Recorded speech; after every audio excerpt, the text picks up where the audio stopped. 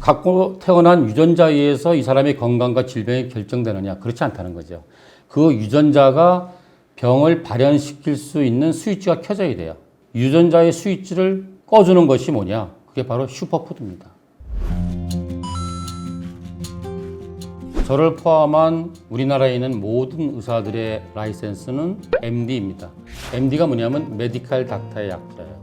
즉 약을 쓰는 의사예요. 그래서 우리나라가 왜 이 약을 쓰는 의료가 됐느냐 하면은 미국의 의료제도가 들어와서 그래요. 유럽에 있는 많은 의사와 의학자들이 200여 년 전에 미국이 독립하면서 미국으로 넘어갔겠죠.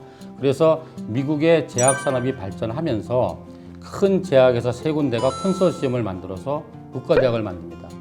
그래서 체계적인 약으로 치료하는 의사들을 이제 배출시키는 거죠. 그 외에 입법 로비를 해서 자기들이 합법적으로 만드는 이 약으로 의과대학을 졸업한 MD들이 처방하는 것만 의학이다 라고 규정을 해버리는 거예요. 그래서 그동안 혼재해왔던 자연치료들이 설 자리를 잃게 되는 것이죠.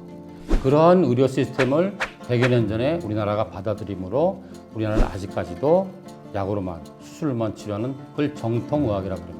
근데 아이러니컬한 건 뭐냐면 이 정통의학을 시작했던 미국에서는 오히려 지금 ND 제도도 있고, 즉 자연치료 의사도 제도도 있고 보완대체의학이 굉장히 활성화되고 있어요. 대표적으로 휴스턴에 있는 세계에서 가장 큰 암센터 MD 앤더슨 센터에 가면은 보완대체의학 센터가 있어요.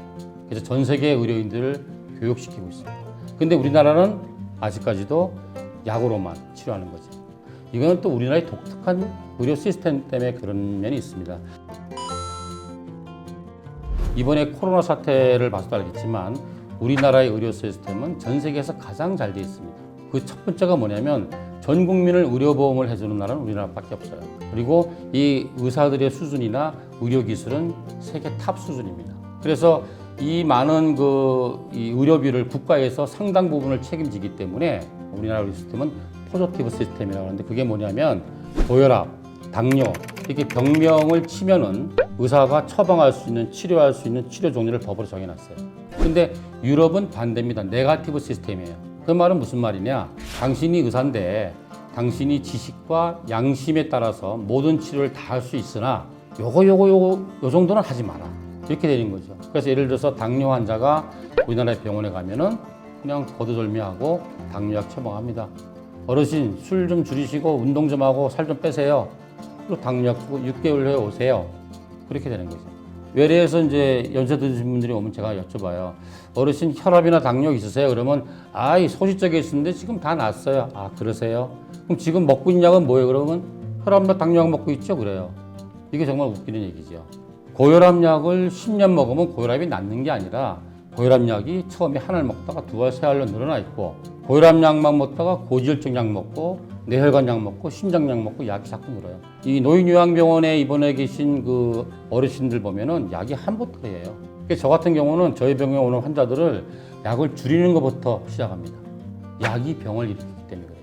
약을 줄이고 대신 음식을 좋은 걸 먹게 하고 운동을 하시게 하고 마음이 즐겁게 해주고 그러면 약보다 훨씬 큰 치료 효과가 나타납니다. 제가 외래에서 보면은 많은 암 환자들이 다양한 정보를 저한테 전달해줘요. 근데 그 식이요법에 여러 가지가 있는데 거의 90%는 비슷비슷해요. 공통적인 점들이 있는데 첫 번째가 뭐냐면 짜게 먹으면 안 된다. 저염식해야 된다. 두 번째는 동물성 단백질이나 지방 대신 식물성 음식, 채식을 해야 된다. 그 다음에 많이 먹으면 안 되고 소식, 칼로리를 줄여서 먹어야 된다.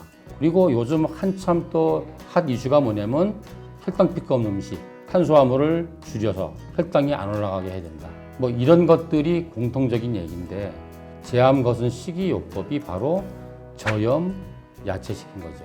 제암거순 요법이라는 거는 100여 년 전에 막스 거슨이라는 독일 의사가 시작한 것인데 원래 이분이 본인 자체가 엄청난 편두통이 심한 환자였어요. 진료를 못할 정도로. 그래서 뭐 지금도 편두통은 확실하게 낫는 방법이 없는데 그 당시는 오죽했겠습니까? 그래서 이분이 이게 뭔가 음식이 잘못됐다.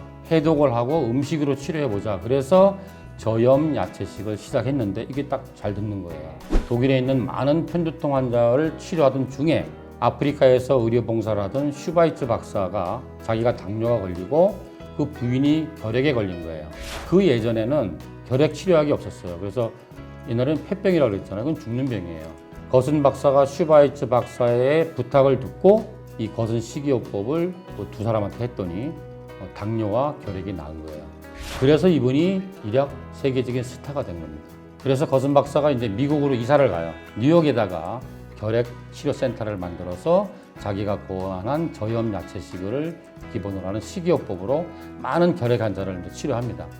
그런데 결핵이 있는 환자 중에서 담도암이라든지 암이 있는 사람들이 있었는데 결핵도 좋아지지만 암도 좋아지는 거예요.